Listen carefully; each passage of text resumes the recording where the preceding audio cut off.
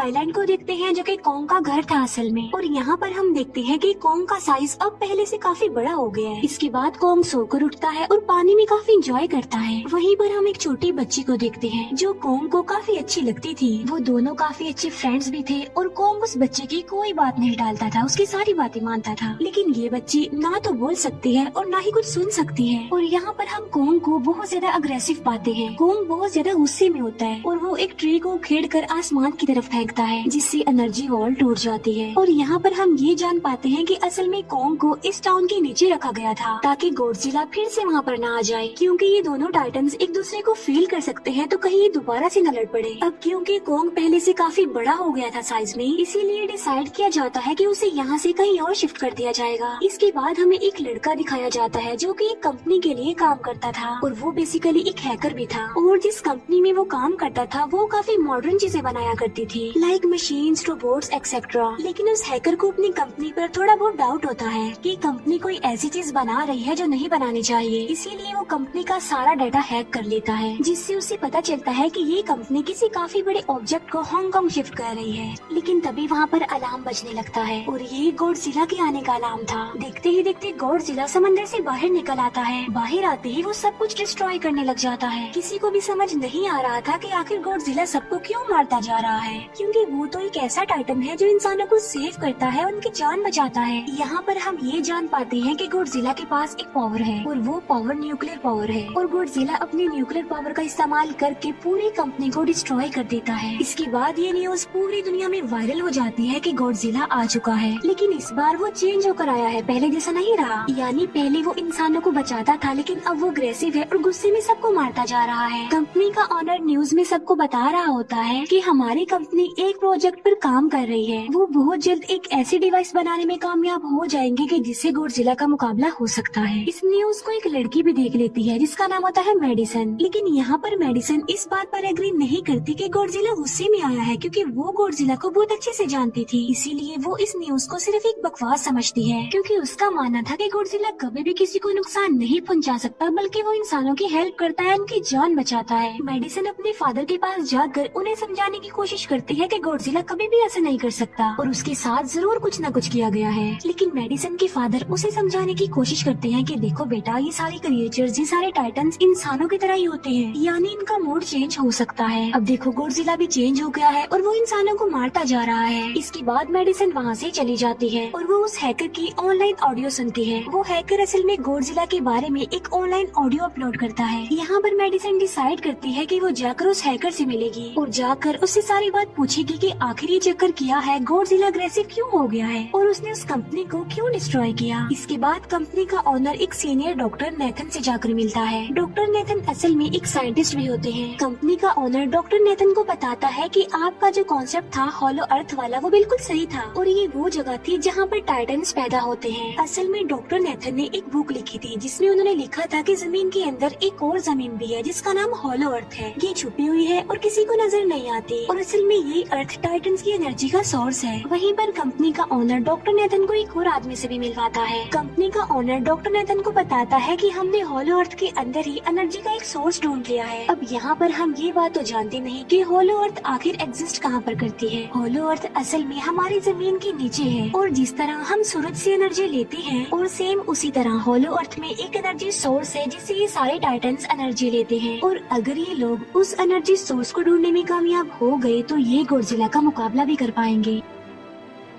Doctor Nathan उनसे पूछता है कि आखिर हम उस हॉलो अर्थ तक जाएंगे कैसे, क्योंकि अब से कुछ साल पहले मेरे भाई ने भी वहाँ पर जाने की कोशिश की थी लेकिन वो नहीं जा पाया और मर गया। यहाँ पर हम ये बात भी जान पाते हैं कि हॉलो अर्थ में ग्रेविटी नहीं होती, इसीलिए वहाँ पर हर चीज हवा में उड़ने लगती है। जिस पर कंपनी का ओनर डॉक्टर नेथन को कहता है कि आपको इस बारे में फिक्र करने की कोई जरूरत नहीं है, क्योंकि हमारी कंपनी ने एक एंटी ग्रेविटी कार बनाई है जिसकी मदद से हम वहाँ यानी हॉलो अर्थ पर जाएंगे। कंपनी का ओनर ये भी बताता है कि हर टाइटन टाइटन्स में एक एबिलिटी होती है जिसकी मदद से हर टाइटन अपने घर को ढूंढ सकता है, इसीलिए हमें एक कॉन्ग की हेल्प लेनी चाहिए। इसके बाद डॉक्टर नेथन अपनी एक फ्रेंड जो कि डॉक्टर भी थी उससे मिलते हैं और ये फीमेल डॉक्टर कॉन्ग की देखभाल भी करती थी। डॉक्टर नेथन उस फीमेल डॉक्टर को समझाने की कोशिश करते हैं कि हमें कॉन्ग को उसके घर पर भेजना चाहिए और उसका घर हॉलो अर्थ है क्योंकि हम उसे ज्यादा टाइम के लिए यहाँ पर नहीं रख सकते और अगर वो यहाँ से बाहर निकला भी तो गॉडजिला उस पर अटैक कर देगा, इसीलिए कॉन्ग सिर्फ हॉलो अर्थ में ही सेफ रह सकता है। अब थोड़ी बहस के बाद फाइनली वो फीमेल डॉक्टर भी इस बात के लिए एग्री हो जाती है क्योंकि इसके अलावा उनके पास और कोई ऑप्शन जो नहीं था। फिर ये लोग अपनी पूरी आर्मी के साथ कॉन्ग को हॉलो अर्थ की तरफ ले जाने लगते हैं। कॉन्ग को ये लोग चेन से बांध कर ले जा रहे थे। कॉन्ग की फ्रेंड यानी वो छोटी बच्ची कॉन्ग से इशारों में बातें करती है। बच्ची बताती है कि कॉन्ग को गुस्सा आ रहा है क्योंकि उसे जंजीरों से बांधा हुआ है। आर्मी का लीडर उस फीमेल डॉक्टर को कहता है कि हम गॉडजिला के रास्ते से नहीं गुजरेंगे और हम किसी दूसरे रास्ते से ही जाएंगे ताकि गॉडजिला को पता न चल पाए, जिस पर वो फीमेल डॉक्टर कहती है कि जी हाँ बिल्कुल हमें ऐसा ही करना चाहिए क्योंकि गॉडजिला और कॉन्ग की काफी पुरानी दुश्मनी है क्योंकि वो दोनों ही खुद को मॉन्स्टर्स का किंग समझते हैं और अगर वो दोनों एक दूसरे के सामने आ जाते हैं तो तबाही मचा देंगे। फिर हम मेडिसन को देखते हैं जो कि अपनी फ्रेंड को लेकर उस हैकर से मिलने जाती है। यहाँ पर वो हैकर उन लोगों को बताता है कि असल में कंपनी एक काफी बड़ी चीज बना रही है और उस चीज को बनाकर हांगकांग शिफ्ट कर दिया जाएगा, लेकिन गॉडजिला को ये बात पसंद नहीं आई, इसीलिए उसने उस कंपनी पर अटैक करके उसे डिस्ट्रॉय कर दिया। फिर हम देखते हैं कि कॉन्ग वाली शिप में अलार्म बजने लगा है। वो बच्ची फीमेल डॉक्टर को बता रही होती है कि गॉडजिला आ रहा है। डॉक्टर नेथन कहता है कि अब क्योंकि गॉडजिला बाहर आ रहा है तो हमें कॉन्ग को भी आजाद कर देना चाहिए, यानी उसकी चेन्स खोल देनी चाहिए ताकि वो गॉडजिला का मुकाबला करके हम सबको बचा ले। और अब फाइनली गॉडजिला बाहर आ जाता है जो एक शिप को डिस्ट्रॉय करते हुए आगे बढ़ रहा था उन लोगों की तरफ। जब कॉन्ग को पता चलता है कि गॉडजिला आ रहा है तो वो जोर से चिल्लाने लगता है, लेकिन उसे तो चेन से बांधा गया था। फिर ये लोग गॉडजिला पर रॉकेट और मिसाइल से अटैक करते हैं जिसका गॉडजिला पर जरा भी असर नहीं होता। जो उन लोगों की प्लेन्स होते हैं गॉडजिला उन्हें भी डिस्ट्रॉय कर देता है और अब गॉडजिला कॉन्ग वाली शिप की तरफ बढ़ रहा था। गॉडजिला उन लोगों की सारी शिप्स को डिस्ट्रॉय कर देता है और यहाँ पर गॉडजिला उनके शिप को पलट देता है जिससे कॉन्ग और बाकी लोग समंदर में डूबने लगते हैं। फिर वो लोग कॉन्ग के चेन्स को खोल देते हैं ताकि कॉन्ग गॉडजिला का मुकाबला करके उन सबको बचाए। फिर गॉडजिला और कॉन्ग की ग्रेट वॉर होती है जिससे कॉन्ग गॉडजिला को समंदर में काफी नीचे फेंक देता है। फिर वो पलटी हुई शिप को सीधा करता है ताकि सब लोगों की जान बच सके, लेकिन गॉडजिला एक बार फिर से उठता है और वो उस शिप की तरफ जा रहा था जिसमें वो बच्ची थी। और यहाँ पर कॉन्ग एक शिप से दूसरी शिप पर जंप करके फाइनली उस शिप तक पहुँच जाता है जहाँ पर गॉडजिला आ रहा था। यहाँ पर कॉन्ग गॉडजिला को एक जोरदार पंच मारता है। फाइट बैक करते हुए गॉडजिला भी कॉन्ग को मारता है जिससे कॉन्ग नीचे गिर जाता है। कॉन्ग एक बार उठकर फिर से गॉडजिला को मारता है और गॉडजिला जाकर समंदर में गिरता है। इस बात से गॉडजिला को काफी गुस्सा आ जाता है और यहाँ पर वो अपनी पावर यानी न्यूक्लियर पावर का इस्तेमाल करता है। ये देखकर कॉन्ग जल्दी से अपनी जान बचाने के लिए पानी में कूद जाता है। गॉडजिला की जो न्यूक्लियर पावर की लाइट होती है वो हर जगह फैल जाती है। सब लोग उसे देखकर काफी हैरान रह जाते हैं और यहाँ पर हमें अंदाजा हो जाता है कि गॉडजिला कितना ज्यादा पावरफुल है। फिर समंदर के अंदर ही उन दोनों के बीच फाइट होने लगती है। गॉडजिला तो पानी में सांस ले सकता था, लेकिन कॉन्ग जो कि इंसानों की तरह था वो पानी में सांस नहीं ले सकता था, इसीलिए कॉन्ग हारता हुआ नजर आ रहा था।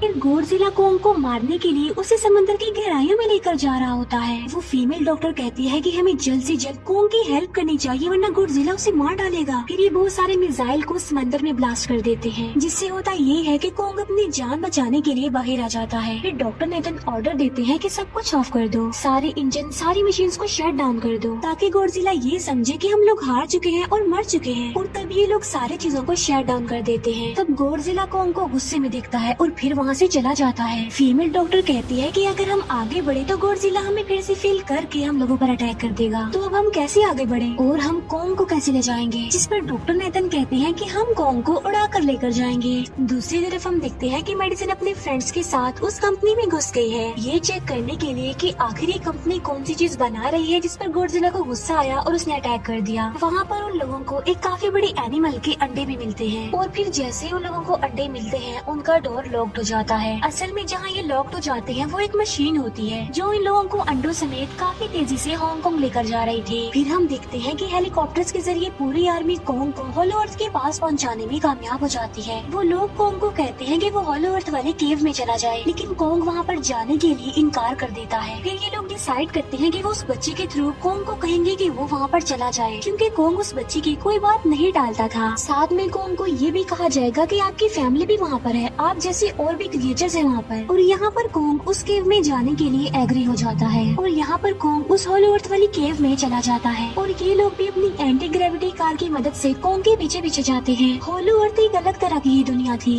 अब क्योंकि उन लोगों के पास एंटी ग्रेविटी कार्स थी, इसीलिए उनकी जान बच जाती है। और होलो अर्थ में अलग अलग तरह के मॉन्स्टर्स भी थे और तभी एक फ्लाइंग मॉन्स्टर उनकी एंटी ग्रेविटी कार पर अटैक कर देता है। वो मॉन्स्टर उस बच्ची पर भी अटैक करने वाला होता है, लेकिन कोंग उस मॉन्स्टर को पकड़ लेता है और उसे मार डालता है और बाद में उस मॉन्स्टर का सर ही धड़ से अलग कर देता है। इसके बाद कोंग तेजी से आगे बढ़ने लगता है, जबकि बाकी सब भी कोंग के पीछे पीछे जाते हैं। अब होलो अर्थ पर ग्रेविटी ना होने की वजह से वहाँ के सारे पत्थर हवा में उड़ रहे होते हैं। मेडिसन और उसके फ्रेंड्स हांगकांग पहुँच जाते हैं और यहाँ पर उन लोगों को उस कंपनी के सीक्रेट वेपन के बारे में पता चल जाता है। गॉडजिला को मारने के लिए इस कंपनी ने एक और गॉडजिला बनाया है और इस नए गॉडजिला का नाम होता है मेगा गॉडजिला। और इस मेगा गॉडजिला को कंट्रोल करने वाला वो आदमी होता है जिसे उस कंपनी के ऑनर ने डॉक्टर नेथन से मिलवाया था। मेगा गॉडजिला की पावर्स को चेक करने के लिए वहाँ पर एक स्कल क्रॉलर को छोड़ दिया जाता है। मेगा गॉडजिला यहाँ पर अपनी पावर्स का इस्तेमाल करके स्कल क्रॉलर को मार डालता है, लेकिन यहाँ पर एक गड़बड़ हो जाती है और वो ये कि उन्हें मेगा गॉडजिला को चलाने के लिए और ज्यादा पावर चाहिए थी और वो पावर सिर्फ और सिर्फ होलो अर्थ में थी। और यही वजह थी कि कंपनी का ऑनर उस एनर्जी सोर्स उस पावर को ढूंढ रहा था ताकि वो मेगा गॉडजिला को दोबारा से जिंदा कर सके। इसके बाद हम देखते हैं कि मेगा गॉडजिला एक्टिवेट हो गया है। मेगा गॉडजिला के जिंदा होते ही गॉडजिला उसे फील कर लेता है और इसीलिए वो हांगकांग जहाँ पर वो मेगा गॉडजिला था उसी तरफ बढ़ने लगता है। होलो अर्थ दिखने में काफी खूबसूरत थी और होलो अर्थ में जो एनर्जी सोर्स था वो एक पहाड़ में था। कोंग उस पहाड़ की तरफ जाता है और उसके डोर को ओपन कर देता है और जोर से धड़ता है। कोंग को वहाँ पर एक वेपन मिल जाता है जो कि एक एक्स थी और ये एक्स कोई नॉर्मल एक्स नहीं होती, बल्कि ये गॉडजिला के बॉडी से बनाई गई होती है जो कि बहुत पावरफुल होती है। कोंग उस एक्स को लेकर एक जगह पर बैठ जाता है बिल्कुल किंग की तरह। गॉडजिला जो कि हांगकांग पहुँच गया था और अब वो मेगा गॉडजिला की तरफ बढ़ रहा था, जिससे सब लोग अपनी जान बचाने के लिए इधर उधर भागने लगते हैं। दूसरी तरफ कोंग को एनर्जी सोर्स में मिल जाती है और यहाँ पर उसे ये भी पता चलता है कि एनर्जी सोर्स उसकी एक्स को भी चार्ज कर सकता है, क्योंकि उसकी एक्स चार्ज होने के बाद ही चल सकती है और चार्ज होने के बाद वो और ज्यादा पावरफुल हो जाती है। गॉडजिला को ये बात भी पता चल जाती है कि होलो अर्थ में कोई आया है, जिससे गॉडजिला अपनी न्यूक्लियर पावर जमीन पर मारता है, जिससे वो न्यूक्लियर पावर जमीन को फाड़ती हुई कोंग के पास पहुँच जाती है।